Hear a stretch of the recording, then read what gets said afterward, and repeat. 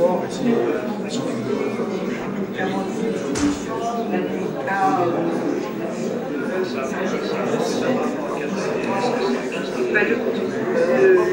patient va s'inscrire dans un traitement qui va l'aider à quitter le produit. Il fait prescription toutes les semaines, prise et délivrance quotidienne à la pharmacie, sauf si le patient est inséré socialement. Là, on aménage, on délivre la veille pour le lendemain. Prélèvement urinaire toutes les semaines pour voir s'il prend bien son traitement de substitution et pour voir s'il ne consomme pas parallèlement des produits. Ça, c'est pendant 3 mois. Au-delà de 3 mois, si pendant ces 3 premiers mois, il n'y a pas de problème en consultation, qu'il est régulier à ses consultations, à sa prise de traitement et qu'il n'y a pas de détournement de l'usage, à ce moment-là, on élargit la délivrance. On ne le voit plus que tous les 14 jours pour la méthadone et là, on fait un prélèvement urinaire occasionnellement. Ça, c'est pour tout le monde, hein. Ah oui. Et ça, c'est récent, ce cadre? Non, ce cadre de la méthadone, il existe depuis que la méthadone existe.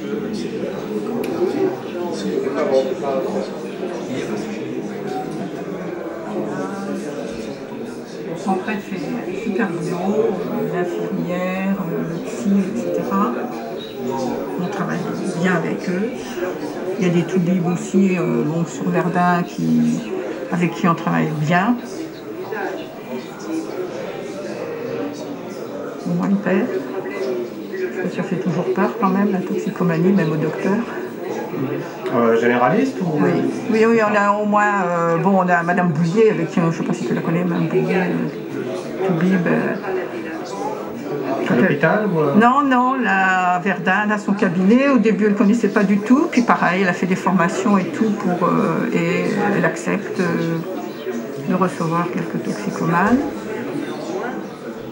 Bon, il y a d'autres docteurs, Dr Val, tout ça, qui acceptent aussi de les recevoir.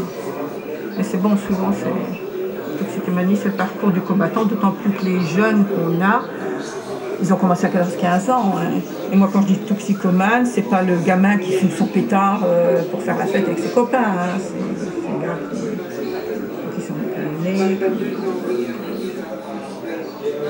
détruits, l'argent.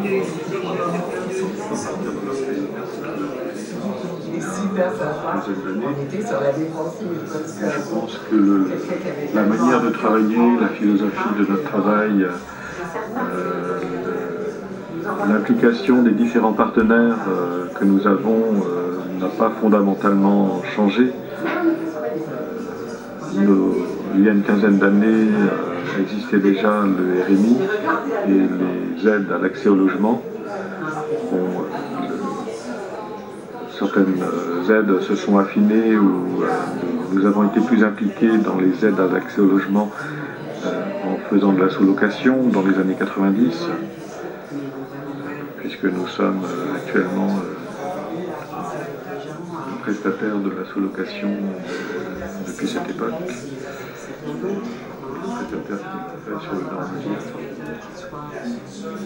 Je crois me souvenir que le premier demandeur d'asile est arrivé dans les années 90.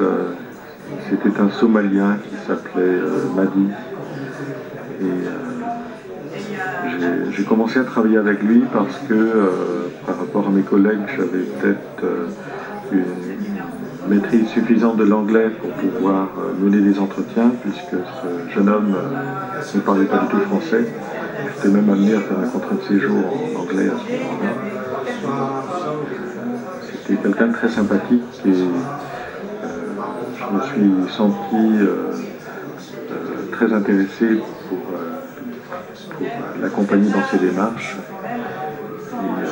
C'est ce qui m'a amené à m'occuper spécialement au cours des années 90 des autres demandeurs d'asile qui se sont présentés jusqu'à ce qu'on ait un nombre plus important et que l'AMI embauche un nouveau salarié qui se spécialisait dans les demandeurs d'asile, et donc à ce moment-là j'ai arrêté un petit peu cette spécialité.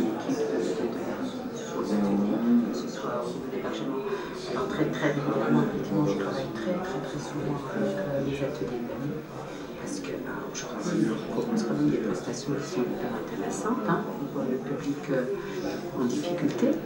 Et puis l'hébergement aussi, hein, ça m'arrive très très régulièrement. Puis la particularité, c'est que n'oublions pas que nous sommes dans un petit département, la Meuse, tout le monde connaît tout le monde, donc les partenaires se connaissent, travaillent ensemble, et puis ont souvent, comment dire, je dirais, une certaine, il y a des échanges qui se créent, etc. Là où je travaille, régulièrement l'équipe des salariés de l'AMI viennent parce que c'est un lieu qu'ils ont choisi, je ne sais pas pourquoi. On met en place gratuitement des salles de réunion, alors très très très régulièrement, une fois par mois, au moins, je vois débarquer l'équipe. Effectivement, dans l'équipe, il y a des gens, il y a eu Bernadette avec qui j'ai travaillé, mais il y a des gens comme Fabien avec qui j'ai fait une formation, etc., etc. Oui, l'équipe, tout le monde connaît l'équipe de l'AMI. C'est sûr, et les contacts, on a régulièrement.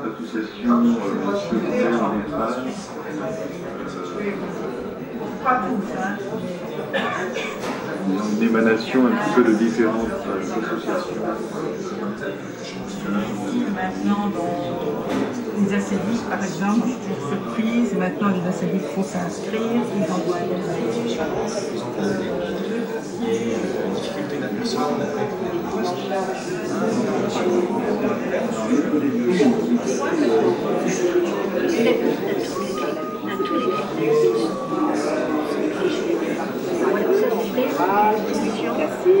particulière, avec un suivi particulier.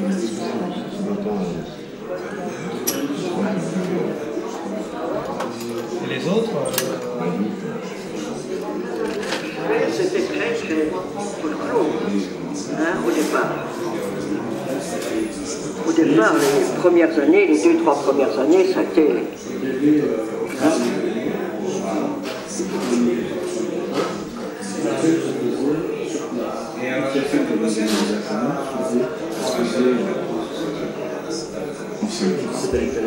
Parce que je sais que c'est un projet qui va pas durer longtemps.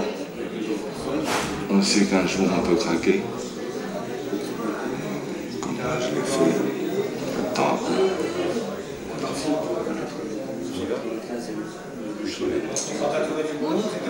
Oui. Non, pour lui, on peut y aller, mais moi, je suis moi. Du coup, on voit l'image de la Kamel. C'est pas...